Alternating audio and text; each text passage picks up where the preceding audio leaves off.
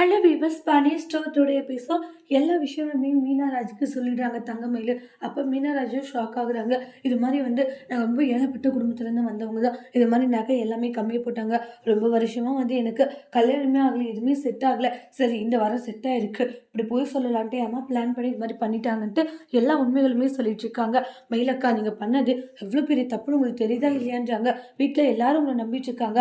ஆனால் எல்லாரும் நம்பின இந்த நேரத்தில் நீங்கள் இப்படி ஒரு விஷயத்த பண்ணியிருக்கீங்க, எப்படி காஞ்சாங்க, எனக்கு என்ன பண்ணுறதுன்னு தெரியல மீனா அப்படின்னு சொல்லி ஃபீல் பண்ணிட்டு இருக்காங்க. இதெல்லாம் தப்பு. இப்போவே மாமா அத்தைக்கிட்ட சொல்கிறது தான் நல்லது. நாளை பின்னுக்கு ஏன் சொல்லலன்னு கேட்டால் அது பெரிய பிரச்சனை ஆகிடுவாங்க.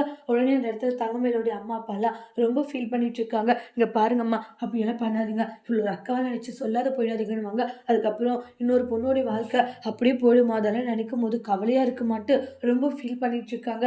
என்ன இருந்தாலையும் நீங்கள் ஆரம்பத்திலே உண்மைகளை சொல்லியிருக்கணுமா இல்லையா, நீங்கள் சொல்லாத போனது தானே தப்பு அப்படின்ட்டு வருத்தப்பட்டு பேசிட்டு இருக்காங்க. அதுக்கப்புறமா நான் சொல்றேன்னு வாங்க உடனே மீனா அப்படின்றாங்க. அக்கா, நாங்கள் சொல்ல மாட்டோம் ராஜியும் மீனாவும் சொல்லிட்டு இருக்காங்க. இங்கே பாருங்க, எப்பயுமே நாங்கள் சொல்ல மாட்டோம், நீங்கள் கவலைப்படாதுங்க அக்கா. தாலி பிடிச்சிட்டு கோக்குற விழா நல்லபடியாக நடக்கட்டும்ன்றாங்க. இப்போதான் எனக்கு சந்தோஷமா இருக்கு, ரொம்ப ரொம்ப நன்றி அப்படின்ட்டு ரொம்ப தேங்க்ஸ் பண்ணுறாங்க. இந்த இடத்துல எல்லாருமே ரொம்ப ஹாப்பியாகிறாங்க. அப்புறமா எல்லாருமே பார்த்தீங்கன்னா சடங்குக்கான ஏற்பாடுகளை பண்ணிட்டு இருக்காங்க. உடனே என்ன உங்க புருஷன் வரலையா அப்படின்ட்டு பாண்டிய அவங்க பொண்ணுக்கிட்ட கேட்குறாங்க. அப்பா வருவாருப்பா அப்படின்னுவாங்க. அப்புறம் நேரம் ஆகுதுன்னுவாங்க. அப்புறம் பெரிய மனுஷங்களாம் வருவாங்க. ஃபஸ்ட்டு மாலை கழுத்தில் போட்டுக்கணும்னு சொல்லிட்டு மாலையெல்லாம் கழுத்தில் போட வைக்கிறாங்க. அதுக்கப்புறம் மாலை கழுத்தில் போட வச்சு அந்த இடத்துல பார்த்தீங்கன்னா தாலி பிரித்து கோக்குறாங்க. ஃபஸ்ட்டு நம்ம கதிரும் ராஜும், அப்புறம் செந்திலும் மீனாவும், அதுக்கப்புறமா பார்த்தீங்கன்னா தங்கமயிலும் இவங்க எல்லாருமே கோத்து முடிச்சுட்டு தாலியும் கட்டிடுறாங்க. புது தாலி ரொம்பவே சந்தோஷமா இருக்காங்க. மயிலோடைய ஃபேமிலியெல்லாம் பெருமை காலை விழுந்து ஆஷ்டவர் வாங்கிக்கிறாங்க. அப்போதாவும் ராஜியோடைய அம்மாவும் வெளியே எட்டி பார்த்துட்டு இருப்பாங்க. காக்காவுக்கு சாப்பாடு வைக்கலான்ட்டு மயில் வராங்க. சாப்பாடு வச்சுட்டு போவாங்க. மயிலை பார்த்து ரொம்ப சந்தோஷப்படுறாங்க.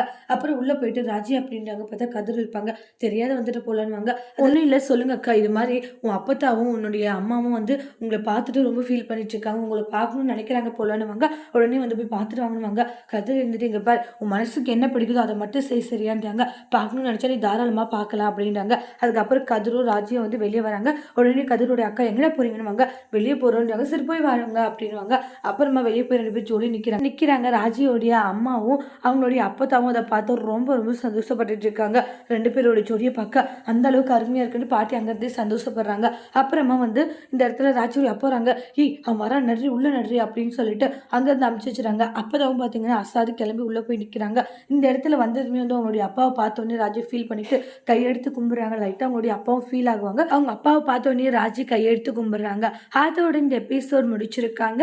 இனி வரக்கூடிய எபிசோட்ல என்ன மாதிரி ஒரு ட்விஸ்ட் வர போகுதுன்ட்டு வெயிட் பண்ணி பார்க்கலாம். தேங்க்யூ.